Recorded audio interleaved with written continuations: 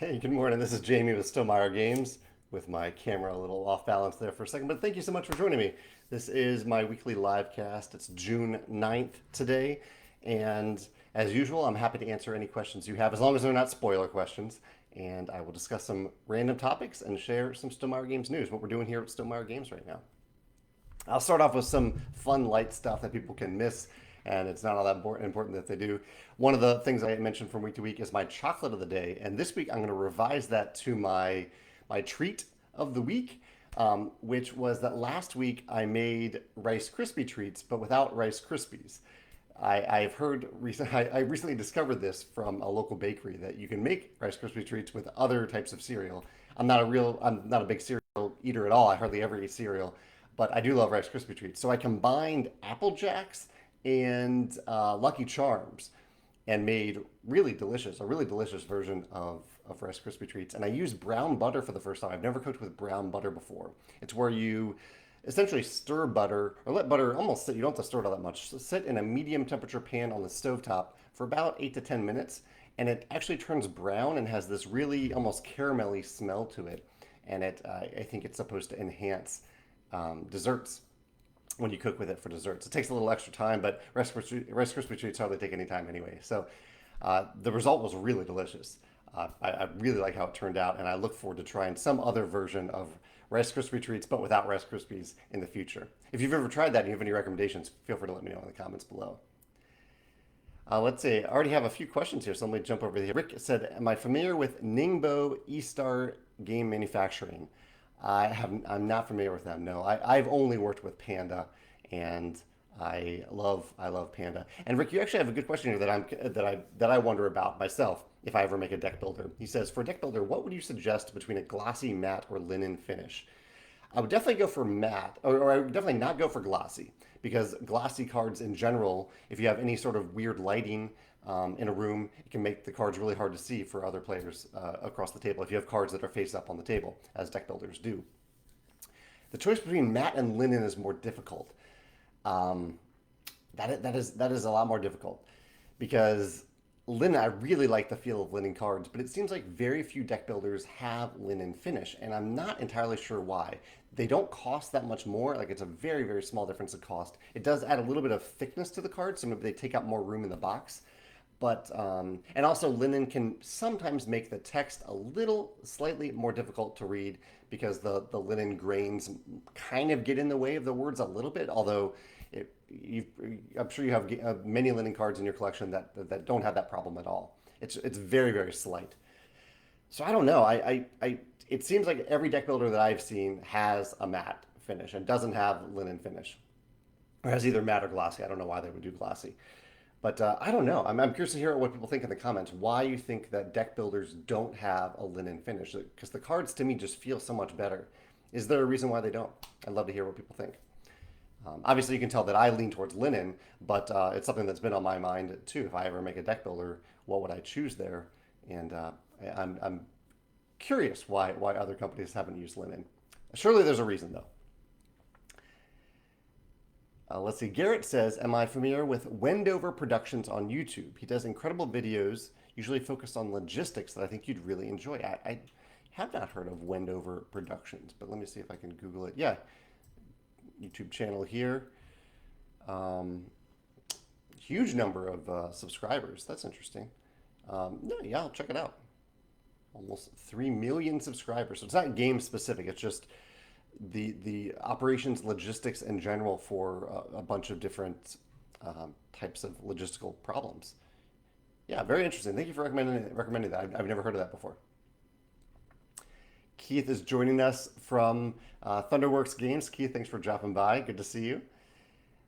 Justin says that brown butter is incredible to use in baking. My favorite is to use it in cookies. Yeah, I need to make cookies with that. I put in a little spritz of pistachio oil, which I found is a nice little secret to use when you're making brownies or cookies. It has a nice kind of I don't know. It's just a nice flavor over other types of oils. But butter is really good too. Ben says, "Would you say it was magically delicious?" He's referring to the Lucky Charms Rice Krispie treats that I made recently, and yes, I would say they are, Ben. Tim mentions Geekway to the West. Tim, that was actually the number one topic that I wanted to mention today. Geekway to the West tickets went on sale last week, last Friday. It's happening on October, what I believe, 5th, 6th, and 7th. It's right in the middle of a week, which is a weird time, I think, for a lot of people. But local to St. Louis here, and it's my profession to play games and work in the game industry. So I am super excited to go to Geekway to the West this fall. I'm hoping that everyone attends is vaccinated. I think that's really, really important. And they do have, that isn't their requirement, but they are highly, highly recommending it to everyone who attends. It's one of these conventions where you just go and play games for a few days. So, Tim, it's going to be awesome to play a game with you there. And anyone else who's attending, I would love to play your favorite game with you at Geekway to the West if we have that opportunity this year. And if not, next year. Geekway will be next year. And I think the farther we get into the future, the safer that it will be considering the pandemic and COVID. So that's great to hear, Tim. And I would encourage anyone else who's looking for a convention where you can just go and play games for a few days and where they are really looking out for your safety, I'd recommend Geekway to the West.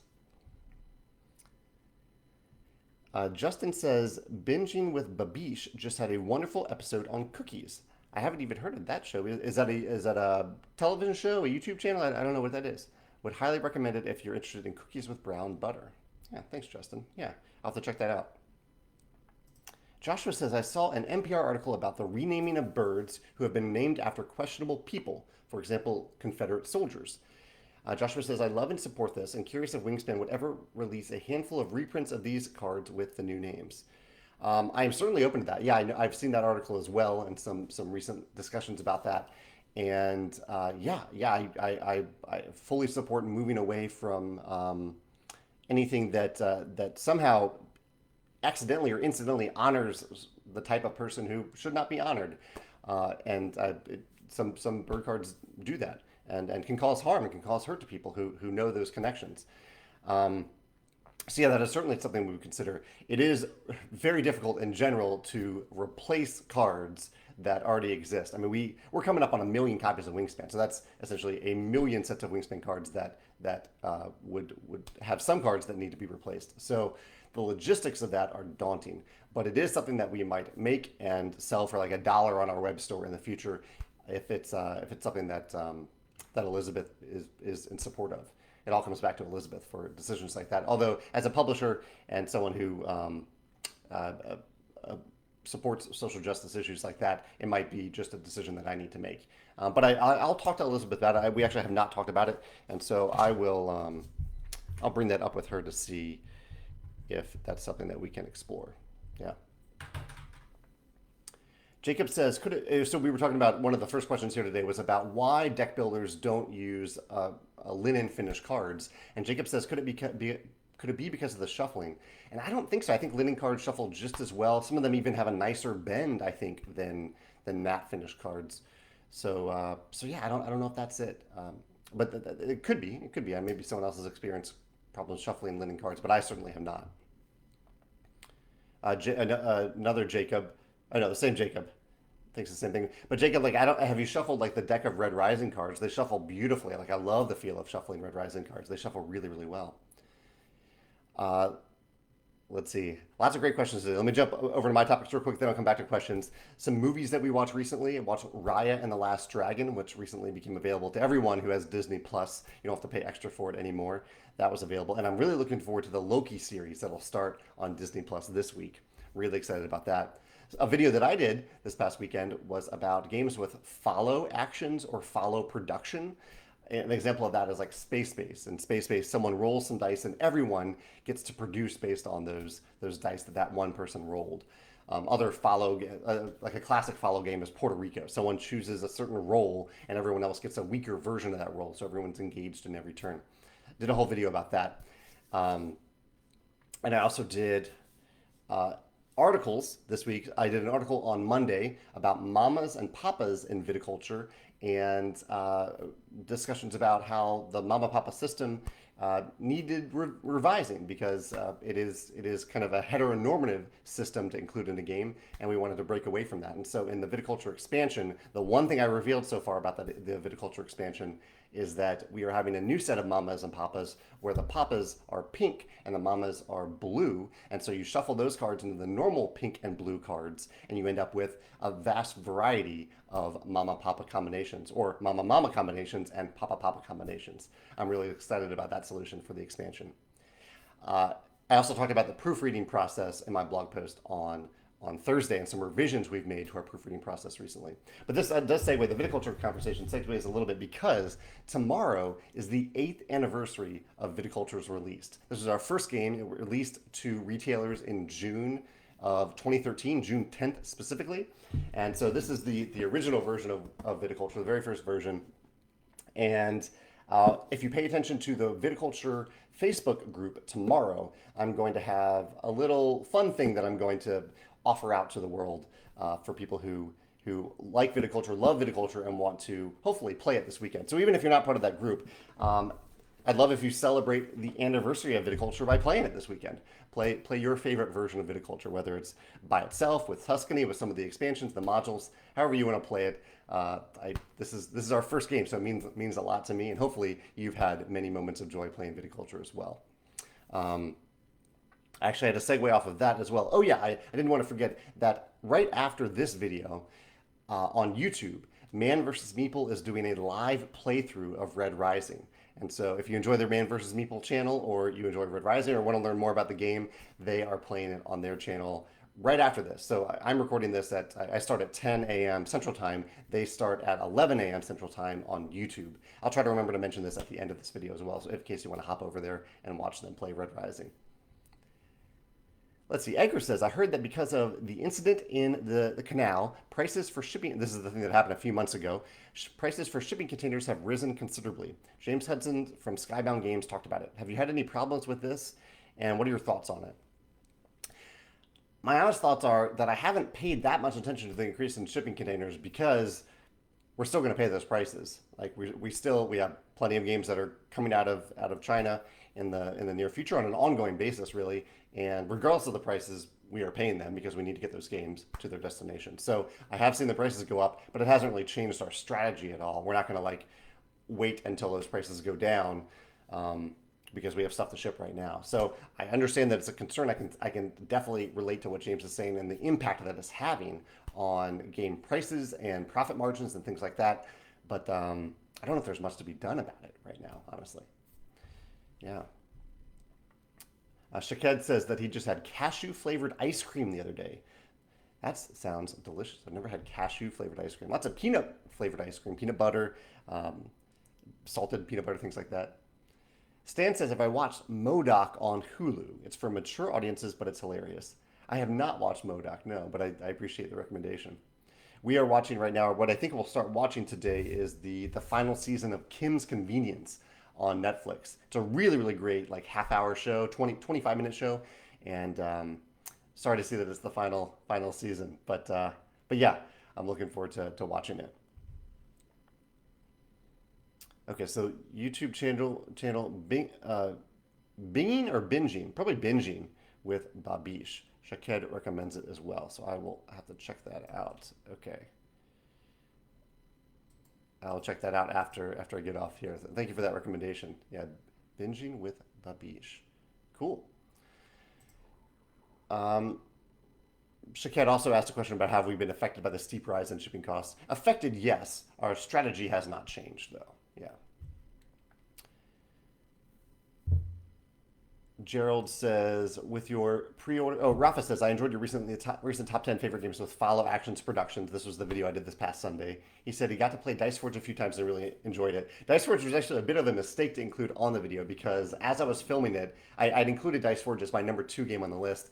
But even though Dice Forge is a game where you roll dice on every turn, you're engaged in every turn, you actually aren't following other players. So it really shouldn't have been on the list, but it is a great game. I'm happy to include it. But yeah, kind of a mistake I realized as I was filming the video. And I don't edit these videos. I just film straight through. Joe adds editing later. So it was a little bit too late then to change the list. Gerald says, with your pre-orders for EU customers, do you pay for the VAT from the sale price instead of adding it on because you don't want the price to be higher than retail for them? And do you still make it a bit more profit? Do you still make a bit more profit than if it went through normal distribution? So the way that we do it right now, is if you buy something for $60 on our web store, you pay VAT on $60. So even if normally whatever you buy cost $80, like if you're a champion and you're getting a 25% discount, if it normally costs 80, you only have to pay VAT on what you actually pay. And so you pay VAT on the $60. As for the profit compared to distribution, it is a little bit better. Yeah, it was actually worse previously when we were paying for the VAT on behalf of customers in the EU, which was just not sustainable. We can't do that. And we have explored options of like trying to have a fulfillment center inside the EU, but the new rules and regulations just require VAT to be paid no matter where it's being shipped from. So there really is no like EU friendly system anymore. The friendliest we can get is to ship from within Europe, anywhere in Europe, so that shipping costs are a lot lower than if we ship, say, from the U.S. So I know it's tough right now. I know that having a 20% VAT is really difficult, I think, for people in the EU to deal with. But that's something to, I think, take up with your with your governments. Austin says that we use linen on Moonrakers. So Austin is from IV Games. He says, I think it's just that there are a lot of cards in deck builders and it's expensive. Yeah, I can see it. That must be it. I mean, it does raise the cost a little bit, but it seems to me that it's pretty marginal. Like it's a few cents more, but Austin, this is fresher on your mind than mine because I think almost by default, every game that we make, I'm trying to think of a game of ours that doesn't have linen cards. Like that's just become my default. I like the feel of linen more, and so I'm going to include it in games. But so I don't really know the marginal difference. But also maybe you remember it, like the cost of a 54 deck of cards for adding linen versus not adding linen, what the manufacturing cost difference is, if you happen to know it offhand. Evangelo says, perhaps since most deck builders are getting sleeved, the premium feel of the linen will get lost. That's actually a great point. Yeah. My only counter there would be if it is that small of a marginal difference, why not include it? Why not, if it's only 5 cents difference, why not have the linen anyway? And even if they do sleeve it, it's only 5 cents that you've lost. But that is a good point if people are going to sleeve anyway. In fact, if we ever do a deck builder, I'm considering including sleeves in the box anyway, like included in the game, because if deck builders really are a lot easier to shuffle once you have sleeves included, and so maybe that's the give and take there. Not have linen cards, but include sleeves in the box so people can just sleeve their cards right away. Mike also says it's a cost-saving measure to save on production on deck builders. Hundreds of cards adds a little price. I can see that, or a little cost, and that results in a higher price. Rafa says, can I recommend any good shows on Amazon Prime? What Amazon Prime shows have we watched recently? I just finished a show called Panic on Amazon Prime, which had a very interesting premise. I didn't love the execution all that much, though. So we watched all 10 episodes, but I wouldn't necessarily recommend it. Invincible, I really enjoyed.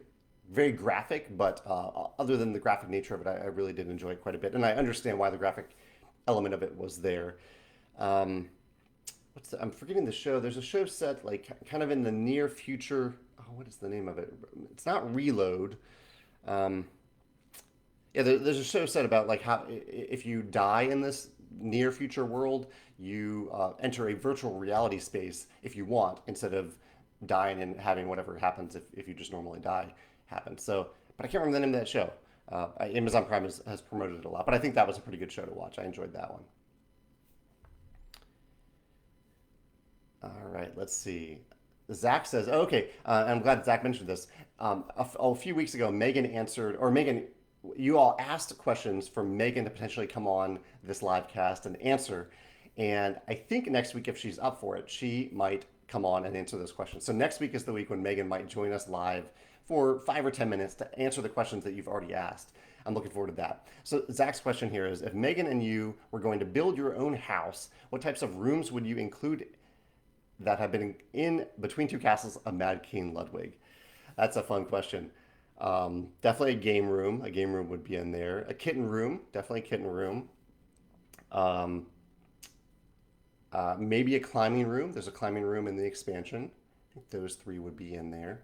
Yeah, those are three off the top of my head that I would include. What about you? Let's see. Melissa's popping in. So, hi, Melissa from Room 51. She inspired, or Melissa and Matthew Melissa inspired the recent video. No, I'm sorry. Matthew Melissa did a video that inspired my post on Monday about mamas, papas, and pride. Melissa's comment is, love that you're making your game more inclusive. Yeah, thank you. And we've been working on this for a while, but I learned a lot from watching your video, and I'd highly recommend it. If anyone hasn't watched the video that I'm referring to, check out my blog post on Monday, and it has the video in that blog post. You can watch Matthew Melissa's video there. Eric says, can you show us the Wingspan Legendary Big Box prototype? So this is, yeah, the Wingspan nesting box. And I have it behind me here. It's really hard to show on camera live because it's so heavy. And so I'd recommend just going to our website and looking on the Wingspan nesting box page, and you can see photos of it. I can like pick it up here and show it to you, but it's a big, heavy box. I've heard that the new prototype for this is already incoming. So they worked very quickly, I think, to turn around the next prototype, and I should be able to show that on our website in the near future. So feel free to check that out on our website, and I will announce it here and on the Wingspan Facebook group so that you know when to look for it there if you're a member of that group.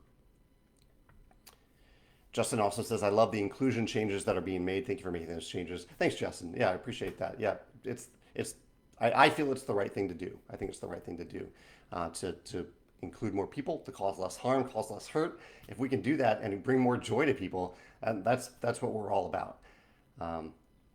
Yeah. Drew says, will there be an update soon about my game design day, or Stonemaier Games design day? Kind of, yes. So when we have a new design day, which we are having this year, we first invite past attendees and people who have signed up for a back in stock notification for like whenever we're announcing it again on our web store. So we've already gone through that, and I think actually the tickets are already sold out. So for anyone who has bought a ticket to Stonemaier Games Design Day, you'll get regular updates from us about like next steps, things to do, because there is a process to get prepared for Design Day. And so if you've already signed up, I'm not sure if that's what you were referring to, Drew. If you have already signed up, you will get notifications about that once a month over the next few months. If you haven't signed up, go to our web store and request a back in stock notification, because some people will eventually back out. We usually have maybe 5 to 10 people who decide that they can't come, and we want to open up those slots to people who request back in stock notifications for it. So either way, that's I think that the best update I have right now about Design Day. William says that he just got his shipping notification for the Secrets and Soirees expansion. Yeah, the Between Two Castles expansion. I think most people are getting those notifications now, or have gotten them, or will get them this week. And he also says he got the Tuscany expansion, and he can't wait to see how they both add to the original games. Thank you for trying those expansions, William. I really appreciate that. I'll come back to questions in a second. Let me mention some things that I've been playing recently. I played and taught Red Rising the other day with a few friends. Had a great time playing it. Really, really intense game. I went heavy Obsidian. I had a very Obsidian-driven deck with the Assassin in there too. The Assassin likes to have other Obsidians with them, and yeah, it was a cool hand to end up with. I didn't win, but it was a really satisfying hand to go after. I also played Tranquility and Splendor on Board Game Arena last week. Enjoyed both. Tranquility was new to me. It's a cooperative game that's kind of in the vein of The Mind, but with a spatial element to it. And Megan and I also played the first game of Gloomhaven Jaws of the Lion last night, which I've been wanting to play through the first 5 games of the tutorial, because I've heard it's a fantastic tutorial, and so far it is proving to be a really, really great tutorial. We just sat down and started playing because the tutorial walks you through every little step that you need to take. I'm always looking for ways to improve tutorials. And so really good experience with that so far with the first game of Gloomhaven Jaws of the Lion. I'm curious, what are your favorite game tutorials? I might need to do a video on that if there is at least 10 games that have their own built-in tutorials. There's Gloomhaven, there's Mechs vs. Minions, there's what other game? There's one of them that I thought of that had a fantastic tutorial. Oh, Fog of Love. I think Fog of Love has a great tutorial. But yeah, what are your favorite games that have built-in tutorials that like walk you through the first game step by step to help you get into the flow of the game? I've heard ANZ, one of the ANZs has a really good version of this too, but I haven't played that specific version that has the a way to kind of introduce you into the game. Yeah, let me know in the comments if you have any other games that have great tutorials. Edward says, as a new designer publisher, we don't have much experience working with artists. What's your advice on approaching that? Do you typically pay upfront or set up a royalty for the Kickstarter, etc.? And what would be an average range to expect to pay for artwork for a medium weight game with a moderate amount of artwork? For instance, similar to Viticulture or Euphoria. A lot of different factors here in play, Edward. I would recommend checking out the articles on my website about graphic design and artists. Two different things, graphic design and art, but they're interconnected. So let me answer in broad strokes your questions here to the best of my ability. And really the articles will help a lot with this question. But I would recommend looking for artists on Board Game Geek. I think that's a great way to place to start. Or ArtStation. Find artists that use the style of art that you're looking for in your game, and just reach out to them and introduce yourself and learn a little bit more about them. Things to look out for are, I need to close my window here a little bit.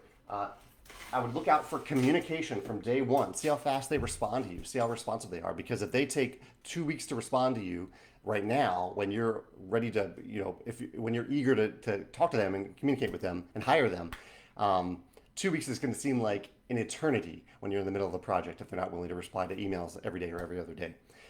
So communication, I think, is really, really key. The rates, I think, are less important because it's more about the value you're getting from the artist. Are they creating great art at a consistent rate, a consistent speed? Are they pretty fast with how fast they create the art? And are they good at communicating? Those things to me are more important. But there are limits to that. Obviously, you don't want an artist that is charging you $1,000 for a card that's this big. So I think it really depends on the size of the art that you're creating and how much of it you need. And that's where it's tough to answer for Viticulture or Euphoria. Another actually factor there is, are you having the artist create backgrounds, unique backgrounds for every, say, character in the game, or can they use the same background and just do the foreground, like the profile of the character? So a lot of different factors there. So those are things I would communicate to the artist when you're looking for a quote. What type of art are you asking them to make? How big do you need it? How big do you need each illustration? And foreground, background, do you need both to be unique? And what level of detail do you want? Because they can do kind of a sketchier concept level art, or they can do full detail art. They can do either one. So it's just a bunch of questions for you to ask up front. And as for how to pay them, definitely I would recommend paying up front. The artist's work is not contingent upon your ability to run a Kickstarter campaign. They're providing a service for you, and you are paying for that service in terms of a per illustration basis. That's the way that we've always approached it.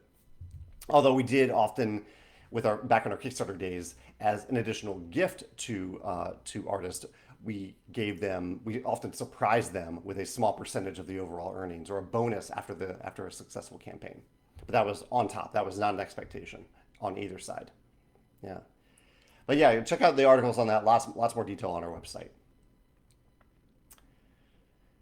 Rafa says, we got more visitors and visit from the Rhine Valley expansions for Viticulture. Which one should we try first?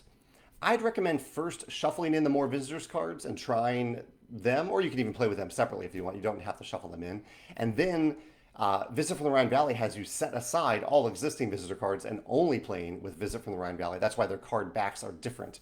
And so I would try one of each. I don't think the order really matters all that much, but maybe it's easier just to shuffle in more visitors, play with some cards that are familiar to you and some that are new, and then put them aside and play with Rhine Valley. Yeah. Tim says he already has a Between Two Castles expansion and played the introvert variant last night. That's great. There are a few different solo variants in the game.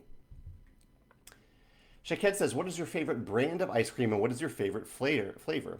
His is Ben & Jerry's Cookies and Cream. Here in St. Louis, there are couples that I really like. There's Gelato de Riso that I really like, and there is Jenny's ice cream. I think that's really good too. Clementine's is also good. In general, my favorite ice cream in the world is called Gelati Celeste, and it's in Richmond, Virginia. So way far away from here in St. Louis, but it is so delicious. I eat a ton of it when I go back home to Virginia. That's where I grew up. In terms of ice cream that you can buy by the pint, I would say Graeter's. Graeter's, I think, is an Ohio brand, but it's here in St. Louis, and Graeter's is really, really delicious. They have a black raspberry chocolate that's really, really delicious. Yeah. Jacob says, what are my thoughts on major IPs in board games? With Red Rising being your arguably your biggest IP game, are you open to making games based on the big properties like Marvel or other big fandoms? I would say not really, no. Part of the reason is that there's so many games that already use those IPs. And one of the big reasons that I would make an IP game, or that I did make Red Rising, is I wanted to use a game. I wanted to make a great game, but I also wanted to use that game to invite gamers into a world that I love so much. I love Red Rising, so I wanted to invite people to read the books through the game, and hopefully vice versa too. We wanted people who love the books to be welcomed into the wonderful world of gaming. So I think that goes both ways. And if you have a property like Marvel, no game is going to introduce someone to Marvel for the first time, or very, very rarely. Star Wars, Lord of the Rings, same thing. So, I mean, I love seeing IPs based on those properties. In fact, I'm playing the King's Dilemma right now. I'd love to see a version of the King's Dilemma set in one of these worlds that I know and love so much, like Star Wars or Lord of the Rings or Indiana Jones or any of those worlds. But as a publisher like who wants to introduce people to new books to read, new IPs, I see no purpose in doing that for Marvel or Star Wars or things like that. Shakid says, have you made any decisions regarding the ambassadors program cut?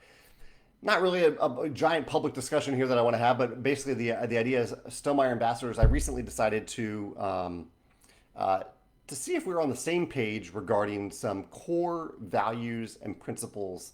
Core values and principles is the best way to say it. And so I asked all ambassadors and changed our ambassador application to include some questions that get to the heart of our core values at Stonemaier Games and to see if ambassadors shared those core values. And so if basically if an ambassador answered this survey and their answers are in line with our core values and principles, then they will get the regular ambassador email next week. Yeah, that's I think the most basic way to answer that. Yeah. I'll come back. Actually, no, I'm behind on questions, so let me keep on forging ahead here. Bojan says, what Stonemaier game would you love to see played at a regular animal tournament, and what would the first place trophy look like? I actually, Stonemaier games aren't really made for tournament play. That's not. I understand that some people really enjoy that. That's the joy that they want. They want to play competitively, and they are welcome to do that. But I wouldn't actually recommend any of our games for it. That's not really the why I designed them. And it's not. I want people to sit down and have fun when they play our games, and I think tournaments can sometimes get in the way of that. The competitive spirit that comes out of it. As for a trophy, a fun trophy, I think the most fun trophy I've ever received, and there are a few fun that I've received, not for playing games, but for publishing games, is I have this cowbell that I got for Scythe winning the Swiss Gaming Award in 2015 or 2016. And it's a real giant cowbell that I have on my shelf over here. It's one of the few awards that I like to keep because I don't make games to earn awards. I don't want the clutter of a lot of awards, but it's such a unique award that I have kept it. It is pretty interesting. Yeah. So maybe something like that.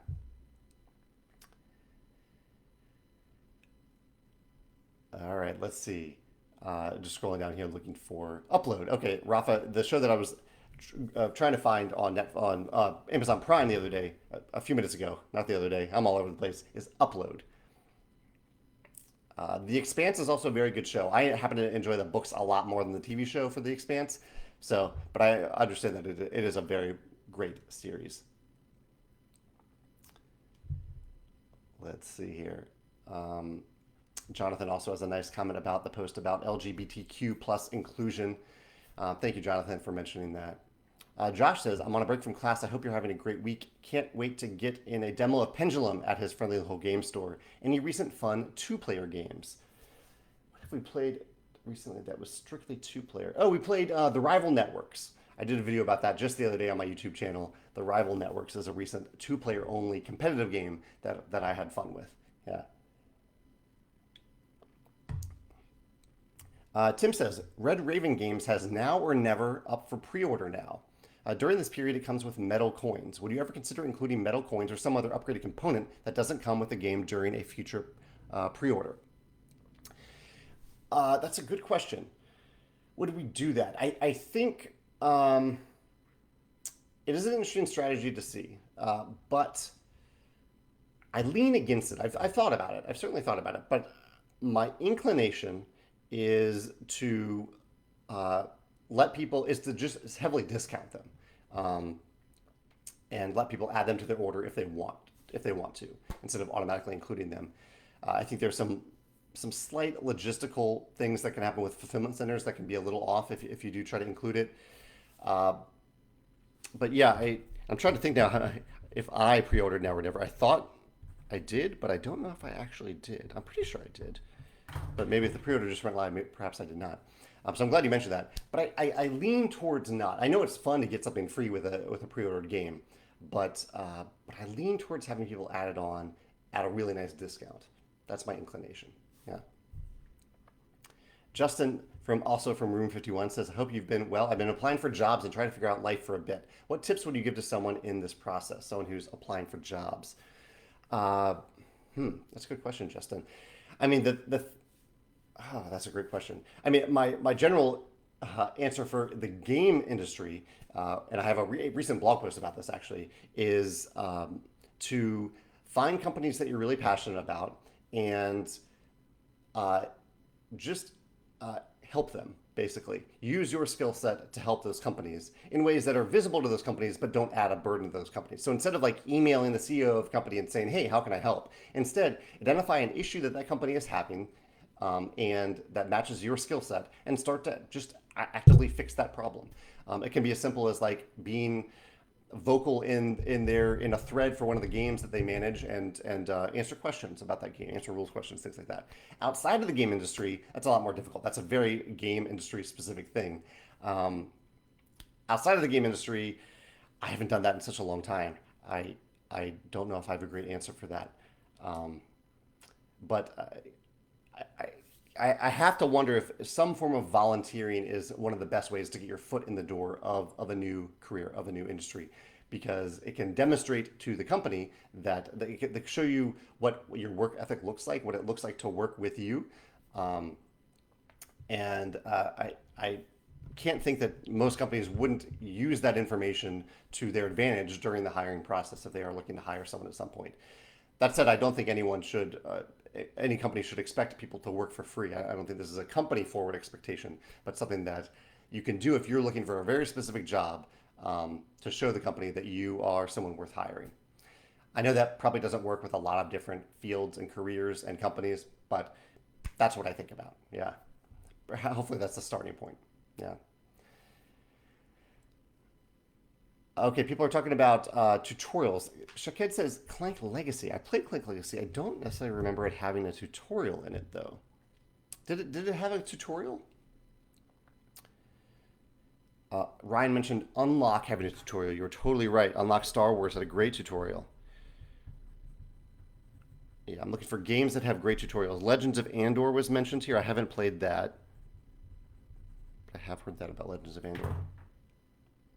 Brist says, I recently read your post about the diversity incorporation to the viticulture expansion, not viticulture, the viticulture expansion coming in 2022. Should I wait to get everything on viticulture when you release that expansion?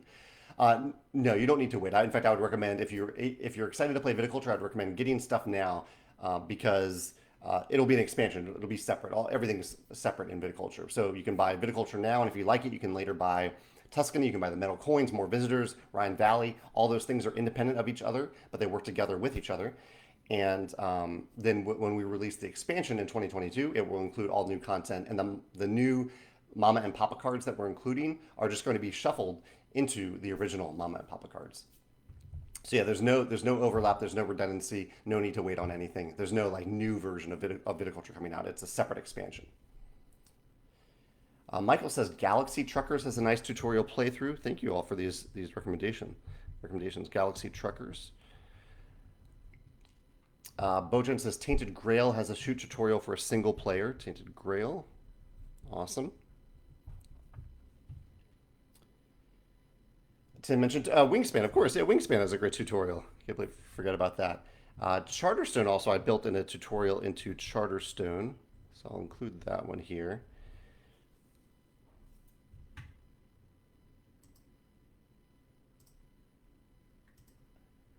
Mechs versus Minions. Matthew Melissa mentioned that. Root does have a good tutorial. Totally agree with that. Drew says that they did sign up for back in stock notifications but never received any emails. I will look into that. I'm not exactly sure why that is, and I'm really sorry to hear that. Uh, Perhaps Joe handled this process. It's possible that Joe, as he should have, invited past attendees first and then back in stock notifications, and it's possible that everything's sold out before we even got to the back in stock notifications. That's quite possible.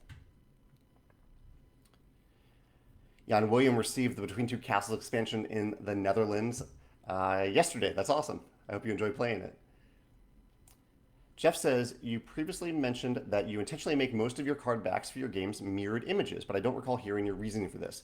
The reasoning that we do this, that we use mirrored images, is that sometimes in the reprint production process, cards can get flipped around by accident.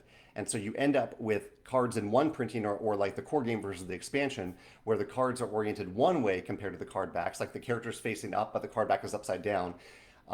And it's the opposite way in other printings, other expansions of the core game. Whereas if you have a mirrored card back, you never have to worry about that. Even if the front gets flipped around by accident, the back is always the same. Yeah.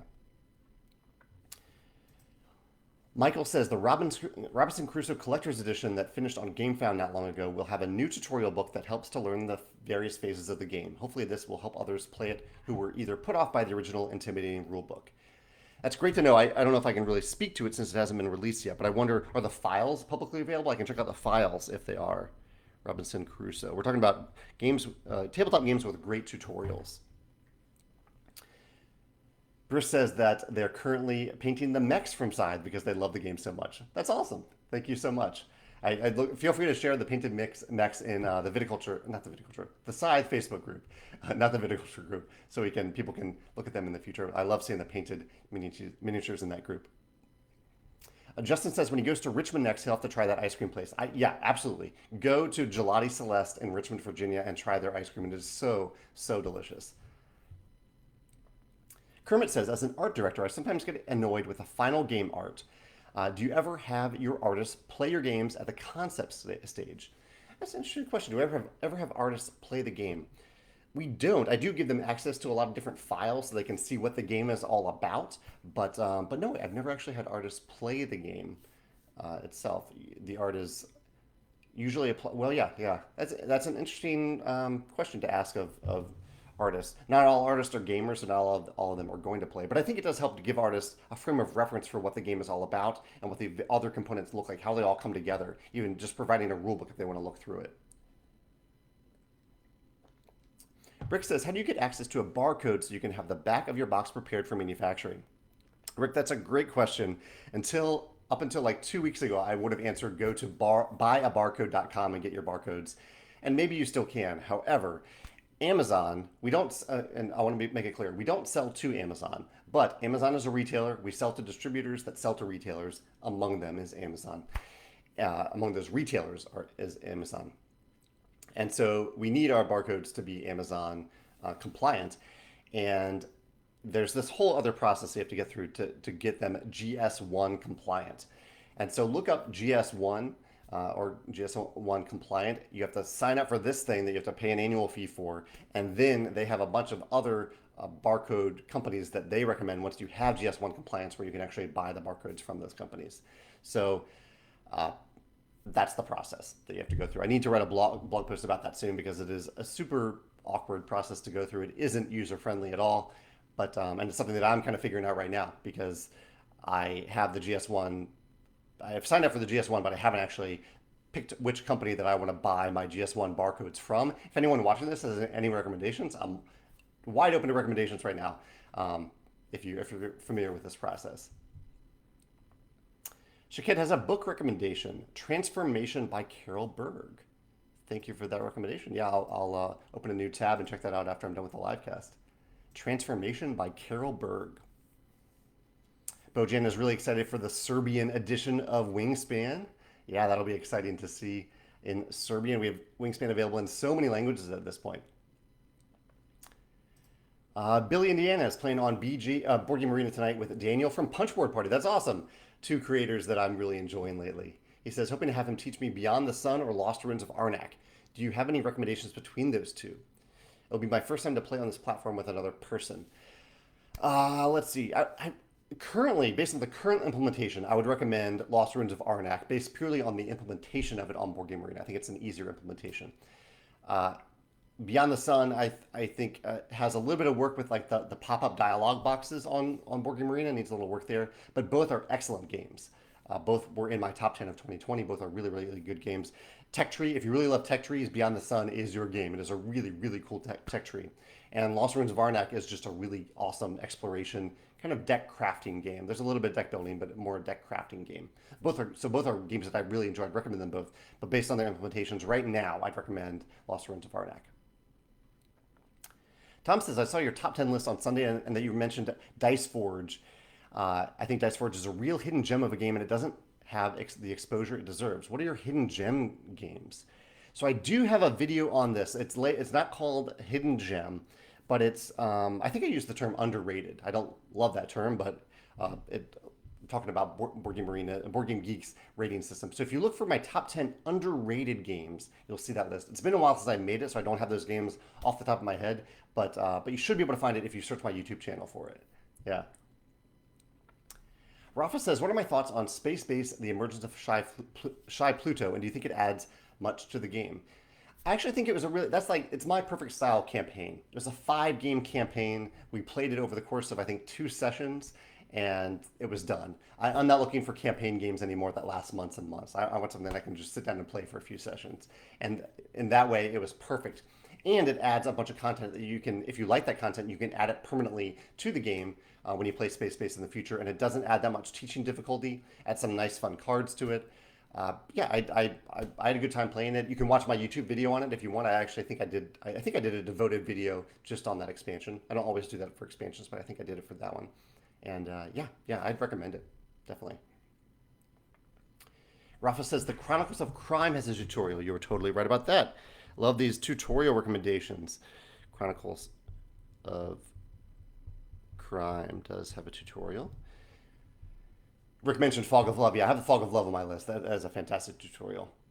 Tim says, have you thought any more on The Witcher since last week? I started watching a video. Last week, Alex from Board Game Co. was here, and I watched this video on that and learned a lot about it. Still wasn't necessarily convinced to buy the game, but I am curious about it. And I'm actually in the middle of watching his more recent video about drama during the campaign, because I'm kind of curious to see what people are reacting to during the campaign. He has great videos about that. So I'm watching it right now and learning about the campaign, but I don't think I'll be backing it. Tim says he's still on the fence for The Witcher, but 351 miniatures. That's a lot of miniatures. Yeah. Wow. James says, will there be any more child-friendly versions of Stonemaier games? I think he's referring to My Little Scythe, which is kind of the most family-oriented version of our games. Although all of our games, I think, are designed that they can be played with anyone who can read, basically. That's the limitation for a lot of our games.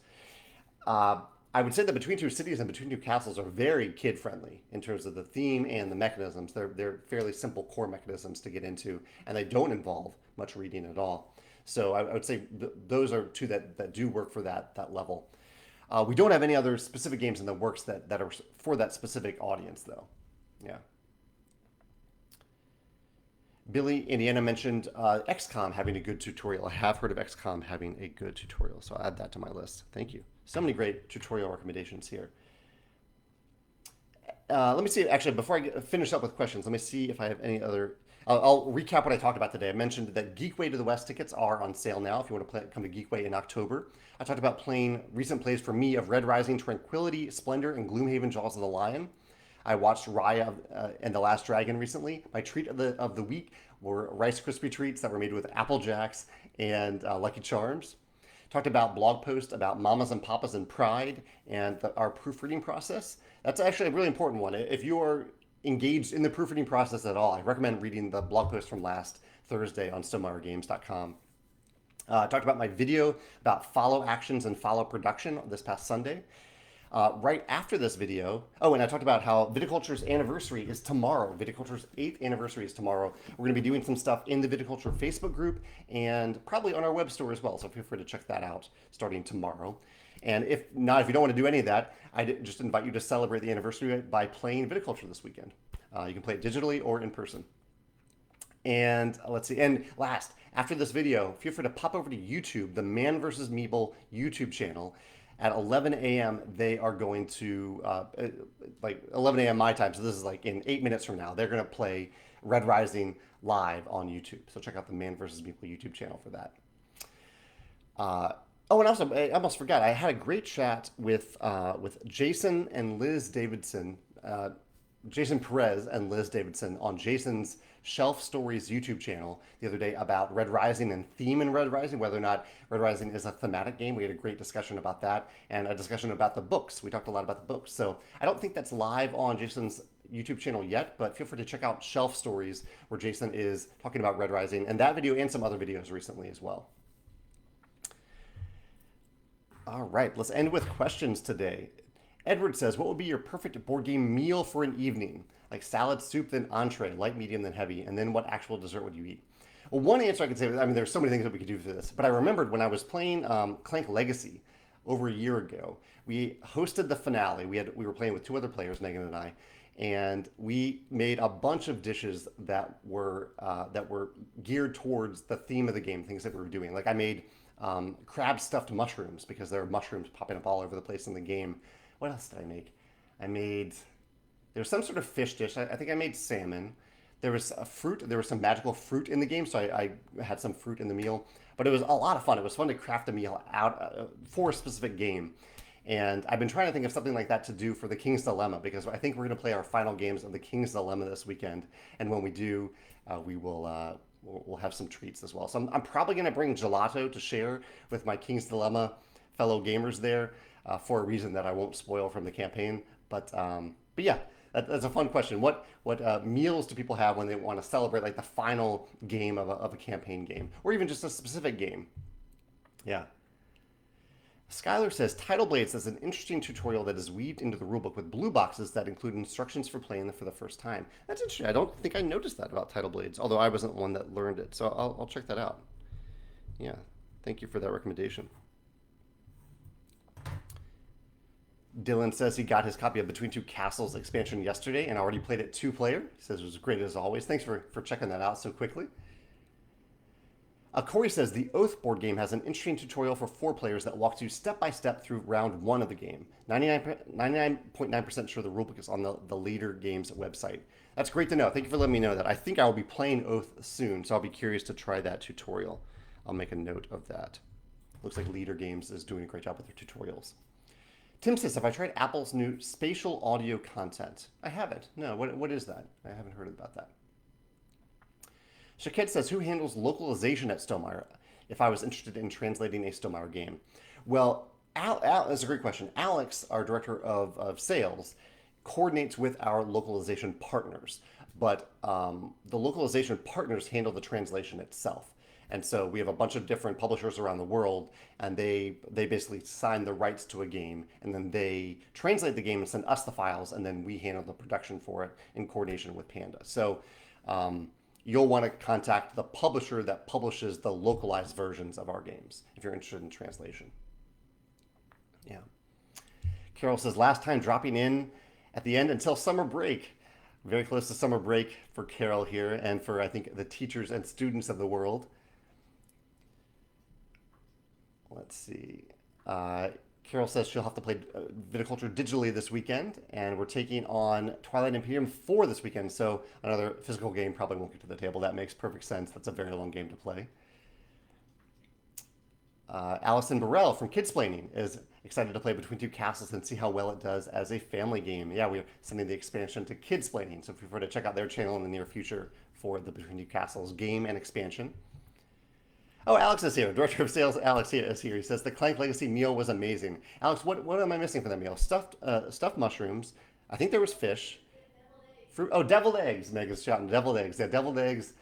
Can't remember why we had deviled eggs, but there was a reason. And fruit. Why was it?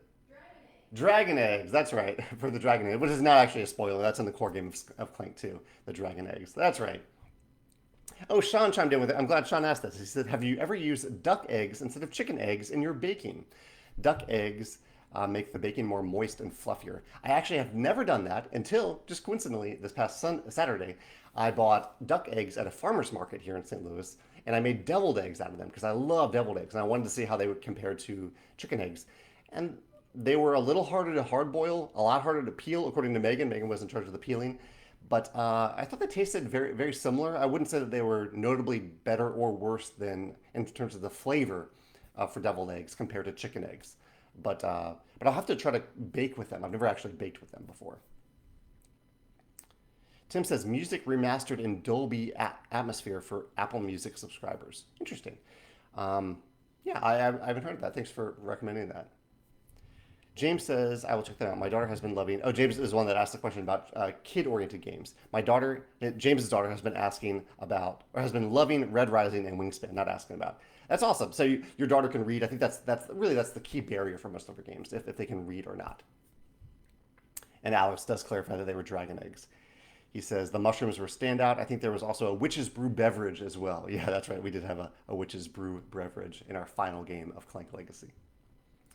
On that note, I think I'm going to head off for the day. And if you want to watch Man vs. Meeple play Red Rising live, head over to their YouTube channel now. They're going to be going live in just a few minutes now.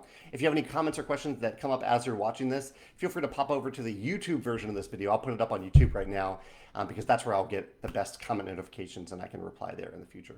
Thank you so much for joining me today. This was a wonderful chat. I had a great time chatting with you today. I'm laughing because Alex says it was before the pandemic, so it was like 5 years ago. He's talking about our Clank Legacy finale meal. It does seem like forever ago. So have a great week, a great day, and I will talk to you later. Bye.